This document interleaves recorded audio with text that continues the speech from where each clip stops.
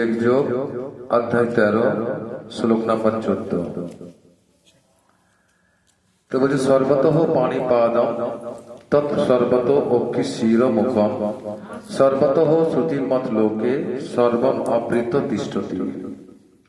তার হস্ত, পদ, চক্ষু, মস্তক, মুখ সর্বত্র এবং তিনি সর্বত্রই কর্ণযুক্ত জগতের সবকিছুকেই পরিব্যাপ্ত করে তিনি বিরাজমান। এটা আমরা কালকে আগেবার পড়েছি আগে থেকে। হ্যাঁ, সূর্য যেমন অনন্ত কিরণ বিকিরণ করে বিরাজমান, পরমাত্মা বা পরমেশ্বর ভগবানও তেমনি তার সর্বব্যাপ্ত রূপে সব জায়গায় বিরাজমান। তার 15 নম্বরটা আমরা পড়বো। তিনি কেমন? সর্ব ইন্দ্রিয় গুণয়াভাসম, বলুন সর্ব ইন্দ্রিয় গুণয়াভাসম সর্ব ইন্দ্রিয় বিবর্জিতম অসক্তম সর্ববিচ্চ এব নির্গুণম গুণ বিক্তচ্চ ভক্তিচ্চ। হ্যাঁ, আবার বলুন সর্ব ইন্দ্রিয় গুণ অভ্যাসম সর্ব ইন্দ্রিয় বিবর্জিত অসক্তম সর্বভীত চ এব নির্গুণম গুণ ভক্তিচ্চ। সর্ব ইন্দ্রিয় গুণ অভ্যাসম সর্ব ইন্দ্রিয় বিবর্জিত অসক্তম সর্বভৃচ্ছ এব নির্গুণম গুণ ভক্তিচ্চ গুণ ভক্তিচ্চ। সমস্ত গুণের ঈশ্বর তিনি। কি বলছেন অনুবাদে? সেই পরমাত্মা সমস্ত ইন্দ্রিয়ের প্রকাশক, তবু তিনি সমস্ত ইন্দ্রিয় বিবর্জিত। যদিও তিনি সকলের পালক, তবু তিনি সম্পূর্ণ অনাসক্ত। তিনি প্রকৃতির গুণের অতীত, তবু তিনি সমস্ত গুণের ঈশ্বর। তার আগেরটা আমরা কি পড়লাম? যে ভগবান কি আছে? তার অনন্ত চক্ষু আছে। কি বলছে? তার হস্তপদ চক্ষু মস্তক মুখ সর্বত্রই, এবং তিনি সর্বত্র কর্ণযুক্ত জগতের সবকিছুকে পরিব্যাপ্ত করে তিনি বিরাজমান। তিনি সবাইকে নিয়ে আছেন। যেমন সূর্য যেমন তার কিরণের দ্বারা কি করে পুরো জায়গা বিকিরণ করে বিরাজমান, পরমাত্মা পরমেশ্বর ভগবান তেমনি তার সর্বব্যাপ্ত রূপে বিরাজমান। তাই এখানে আবার বলছেন সেই পরমাত্মা কে? পরমেশ্বর ভগবান।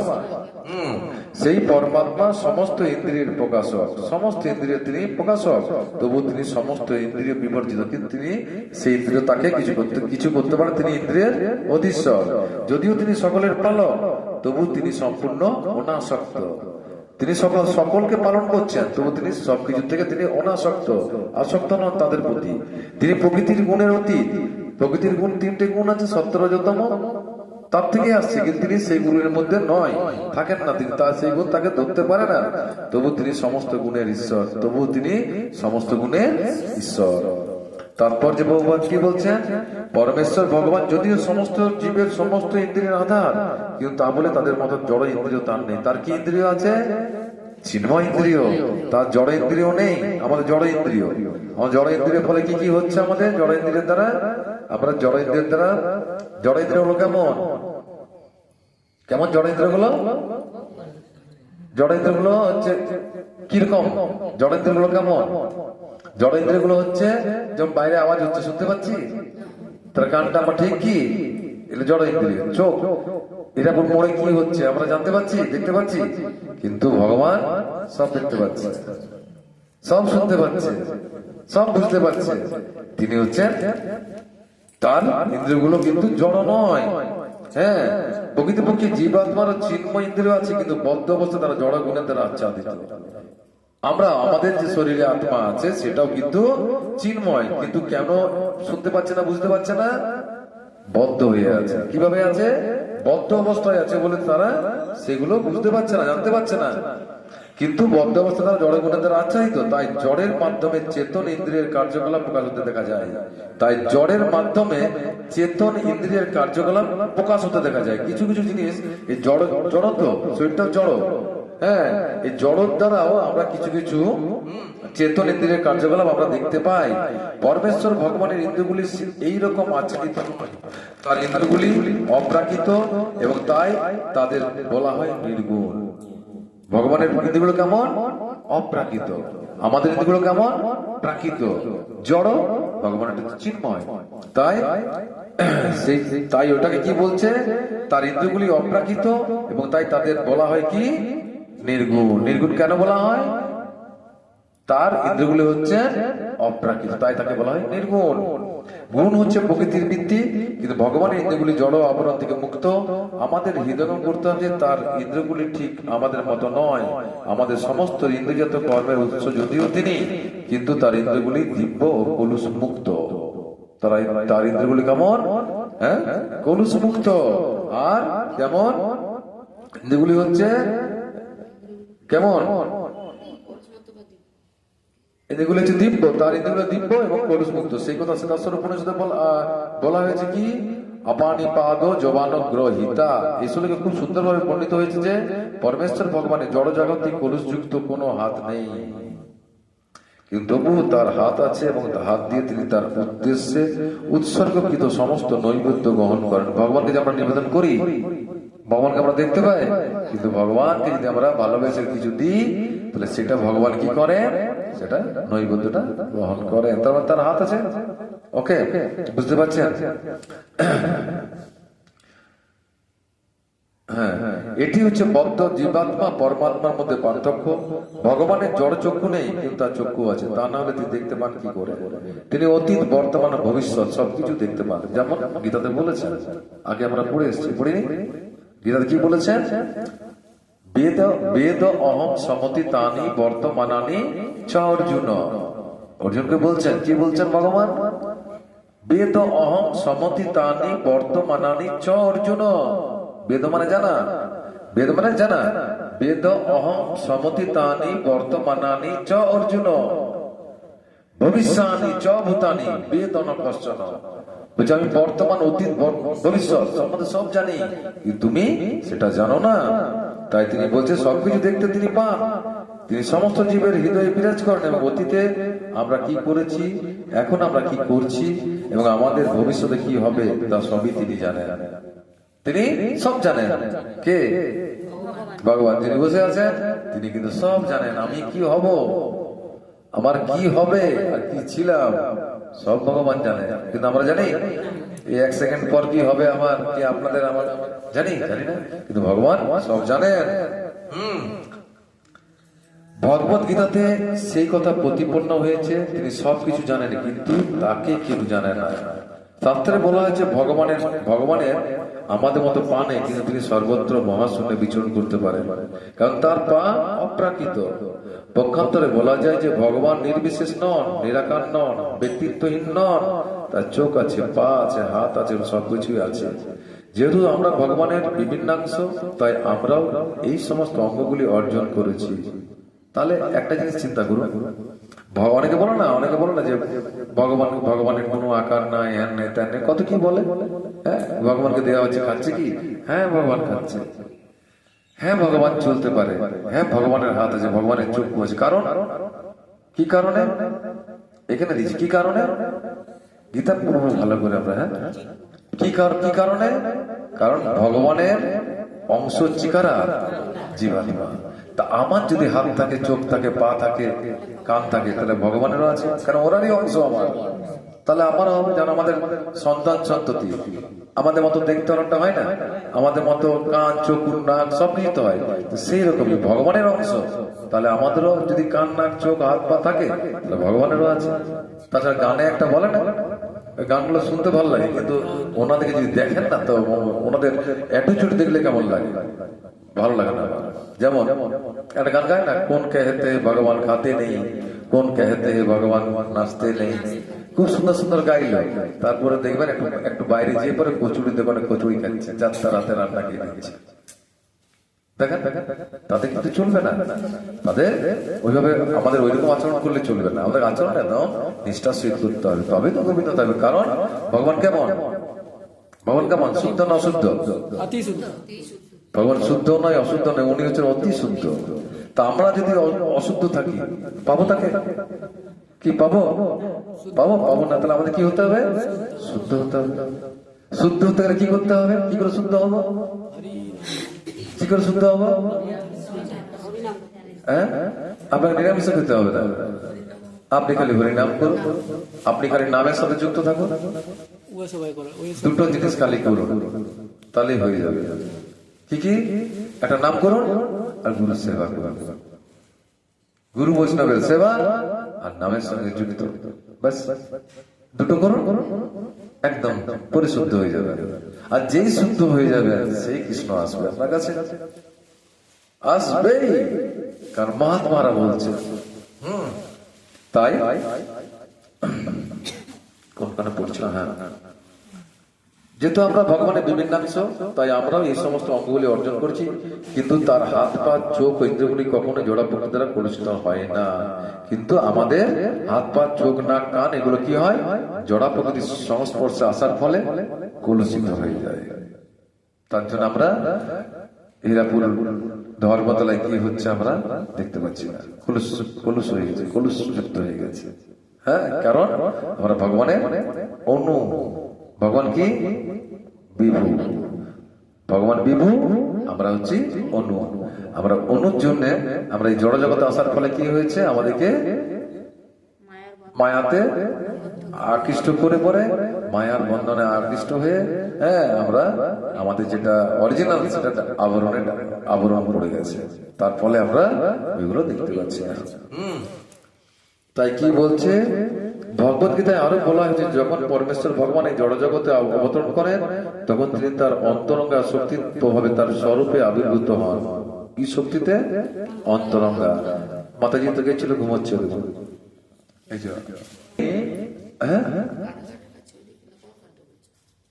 অন্তরঙ্গা শক্তির প্রভাবে তার স্বরূপে আবির্ভূত হন। তিনি কখনো জড়া প্রকৃতি দ্বারা কলুষিত হন না, কারণ তিনি হচ্ছেন জড়া প্রকৃতির অধীশ্বর। বৈদিক শাস্ত্রে আমরা জানতে পারি যে তার সমগ্র সত্তা চিন্ময়, তার রূপ নিত্য, তিনি সচিদানন্দ বিগ্রহ, তিনি পূর্ণ ঐশ্বর্যময়, তিনি হচ্ছেন সমস্ত সম্পদের মালিক এবং সমস্ত শক্তির অধীশ্বর, তিনি সবচেয়ে বুদ্ধিমান এবং পূর্ণ জ্ঞানময়। এগুলি হচ্ছে পরম পুরুষোত্তম ভগবানের কয়েকটি লক্ষণ। তিনি সমস্ত জীবের পালনকর্তা এবং তাদের সমস্ত কর্মের সাক্ষী। বৈদিক শাস্ত্র থেকে আমরা জানতে পারি যে পরমেশ্বর ভগবান সর্বদাই জড়াতীত। আমরা যদিও তার মস্তক, মুখমণ্ডল, হস্ত অথবা পদ দেখতে পাই না, তবুও তার এগুলি আছে, এবং আমরা যখন চিন্ময় স্তরে উন্নীত হই তখন আমরা ভগবানের রূপ দর্শন করতে পারি। কখন দেখতে পাবো এটা? আমরা চিন্ময় স্তরে যখন উত্তীর্ণ হতে পারবো। এই জড়জগতেই এই জীবনেই আমরা ভগবানের দর্শন করতে পারবো, কিন্তু কোন জায়গায় যেতে হবে? আমাকে চিন্ময় স্তরে। বলছে না, এখনো লীলা করেন গোরারায়, কোন ভাগ্যবান দেখিবারে পায়। তাহলে আমাদের যদি হতে পারি, আমরাও দেখতে পাবো যে আমাদের মদন গোপাল এখন কোথায় অবস্থান করছে, ঠিক না? তো সেই জায়গায় আমাদের পৌঁছাতে হবে। তো আমাদের সেই জায়গায় পৌঁছাতে হলে কি করতে হবে? একটাই বার্তা, হরিনাম। নাম করুন, একদম সঠিক জায়গায় পৌঁছে যাবে। নাম কিন্তু করতে হবে, কারণ নাম ছাড়া কলিকালে নাই আর ধর্ম। মাটিতে বসছে দেখুন, নদীর সামনে আসলে আমরা যখন চিন্ময় স্তরে উন্নীত হই তখন আমরা ভগবানের রূপ দর্শন করতে পারি।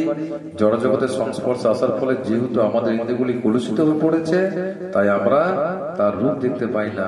সেই জন্য নির্বিশেষবাদীরা, যারা এখনো জড় গুণের দ্বারা প্রভাবিত রয়েছে, তারা পরমেশ্বর ভগবানকে জানতে পারে না। তাই আমাদের কি করতে হবে? আমাদেরকে ওই স্তরে উন্নীত হতে হবে। উন্নীত হতে গেলে আপনাকে কোনো মাথা ঠুকতে হবে না, কোন দুঃসাধ্য কর্ম করতে হবে না। আমাদের কি করতে হবে? খালি নাম করুন।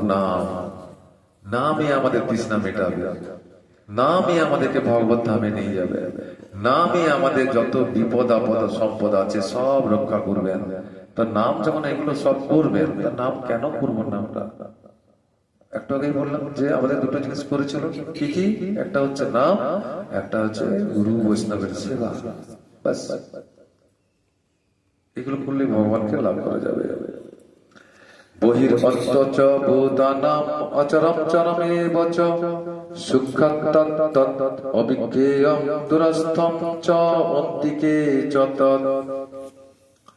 সেই পরম তত্ত্ব সমস্ত ভূতের অন্তরে বাইরে বর্তমান, তার থেকে সমস্ত চরাচর অত্যন্ত সূক্ষ্মতা হেতু তিনি অবিজ্ঞেয়। যদিও তিনি বহু দূরে অবস্থিত, তবু তিনি সকলের অন্তরে অত্যন্ত নিকটে।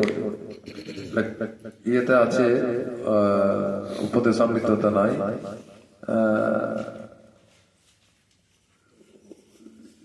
ঈশ্বর উপদেশতা আছে, ভুলে যাচ্ছি। বইগুলো নিয়ে আসিস না, সামনেও নেই, আবার সামনে আছে, আবার দূরে আছে। এইসব উপনিষদে পুরো শ্লোকগুলো আছে মহাত্মাদের দেওয়া, ইম্পর্টেন্ট। তাই এখানে বলছি সেই পরম তত্ত্ব সমস্ত ভূতের অন্তরে বাইরে বর্তমান, তার থেকে সমস্ত চরাচর অত্যন্ত সূক্ষ্মতা হেতু তিনি অভিজ্ঞেয়। যদিও তিনি বহু দূরে অবস্থিত, তবুও তিনি সকলের অত্যন্ত নিকটে। ভগবান এখানে আছেন, আমরা দেখতে পাচ্ছি না, কারণ আমাদের ইন্দ্রগুলো অপূর্ণ, আমাদের ইন্দ্রগুলো অপূর্ণ। তাই আমাদেরকে পূর্ণতা করতে গেলে একটাই উপায়, আর কোন উপায় নেই।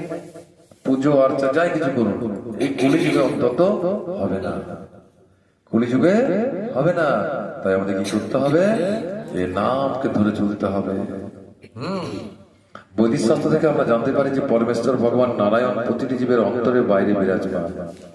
তিনি চিন্ময় ও জড় উভয় জগতে রয়েছেন। যদিও তিনি অনেক দূরে দূরে, তবু তিনি আমাদের অতি নিকটে। এগুলি হচ্ছে বৈদিক শাস্ত্রের বর্ণনা। আসীন দূরম ব্রজতি স্বয়ান জাতি সর্বতঃ, কঠোপনিষদে বলছে। আর যেহেতু তিনি সর্বদাই চিদানন্দময়, তাই আমরা বুঝতে পারি না কিভাবে তিনি তার পূর্ণ ঐশ্বর্য উপভোগ করছেন। এই জড় ইন্দ্রগুলির মাধ্যমে আমরা দেখতে পাই না বা বুঝতে পারি না। তাই বৈদিক শাস্ত্রে বলা হয়েছে যে আমাদের জড় মন ও ইন্দ্রিয় দিয়ে তাকে উপলব্ধি করা কখনোই সম্ভব নয়। কিন্তু ভক্তি সহকারে কৃষ্ণ ভাবনামৃত অনুসরণ করার ফলে যার মন ও ইন্দ্রিয় নির্মল হয়েছে, তিনি নিরন্তর তাকে দর্শন করতে পারেন। ব্রহ্ম সংহিতাতে বলা হয়েছে, এই সম্বন্ধে বলা হয়েছে যে ভক্ত প্রেম ভক্তিতে ভগবানের সঙ্গে যুক্ত হয়েছেন, তিনি নিরন্তর তাকে দর্শন করতে পারেন। আর ভগবদ গীতাতে তা প্রতিপন্ন করে বলা হয়েছে ভক্তি যোগের মাধ্যমে কেবল তাকে দর্শন করা যায় এবং উপলব্ধি করা যায়। ভক্তা তু অনন্যয়া শক্ত, কোথায় আছে? 11 নম্বরে 54 নম্বর 11.54 শক্য অহমেব বিদর্জুন জ্ঞাতুম দ্রষ্টুম চ তত্ত্বেন প্রবেষ্টুম চ পরন্তপঃ। যে অর্জুন, হে পরন্তপ, অনন্য ভক্তির দ্বারা কিন্তু এই প্রকার আমাকে তত্ত্ব জানতে, প্রত্যক্ষ করতে, প্রত্যক্ষ মানে দেখতে পাওয়া, সামনাসামনি দেখতে পাওয়া, আমার চিন্ময় ধামে প্রবেশ করতে সমর্থ হয়। ভক্তা তু অনন্যয়া শক্য অহম এবং বিদ অর্জুন জ্ঞাতম মানে জানতে, দ্রষ্টু মানে দেখতে, চ তত্ত্বেন তত্ত্বত প্রবেষ্টু মানে প্রবেশ করতে, চ পরন্তপ। ভগবান বলে দিচ্ছেন, দেখুন, যদি আমরা নামের দ্বারা, নাম ছাড়া উপায় নাই, নাম ছাড়া উপায় নাই। কারণ আমাদের কাছে প্রমাণ আছে। কিরকম প্রমাণ? আমরা দেখেছি। প্রমাণ কিরকম এটা সবাই জানেন, তাই বলি। দ্রৌপদী বস্ত্রহরণ হচ্ছিল না? দ্রৌপদী ডাকছিলেন, অনেককে অনেক রকম ভাবে ডাকলেন। পিতামহর কাছে গেছেন, শিক্ষা গুরু, দীক্ষা গুরু, সবার কাছে গেছেন, তাদের স্বামীদের কাছেও গেছেন, রথি মহারথী ওখানে অনেকেই ছিলেন, সবার কাছে গেছেন। কেউ কিছু করতে পেরেছিল? পারেনি। এবার কৃষ্ণকেও ডাকছিলেন, কৃষ্ণকে হাত দিয়ে নাম ডাকছিলেন, তখন কিন্তু কৃষ্ণ আসছিলেন। যখন কৃষ্ণ দুহাত তুলে আকুল ভাবে ডাকলেন, তখন কৃষ্ণ কি করলেন? বস্ত্র, ভগবান কিভাবে এলেন ওখানে? বস্ত্র অবতার রূপ ধারণ করে তিনি চলে এলেন ওখানে। দুঃশাসনার কাপড় আর শেষ করতে পারছে না। দুঃশাসনের ক্ষমতা হচ্ছে না যে কাপড় শেষ করে দিয়ে পাচ্ছে না, কারণ স্বয়ং ভগবান আছে। তাহলে দেখুন, ভগবান যদি এগুলো, আচ্ছা ওটা দেখুন, এটা তো হলো ভগবানকে ডাকার ফলে ভগবান, তার নাম করার ফলে, তাকে ডাকার ফলে ভগবান স্বয়ং চলে এলো। দু নম্বর কথা হচ্ছে, এই পাঠে শ্রবণ করছিলাম, রামায়ণ তো অনেকে শুনেছেন। হ্যাঁ, রামের বাবার নাম কি? তাড়াতাড়ি বলুন। দশরথ। দশরথের খিদের টাইম, খাবার টাইম হয়ে গেছে, খিদে পেয়ে গেছে। মায়ের নাম কি? কৌশল্যা। কৌশল্যা বলছে, তুমি খাবার রেডি হয়েছে? বলছে হয়ে গেছে। একটু রামকে ডেকে নাও। কৌশল্যা বলছে ঠিক আছে, তুমি রেডি করো, রেডি করো। এই রাম ডাকছে, কাকে ডাকছে? এই রামকে ডাকছে কে? দশরথ। কেমন করে ডাকছে?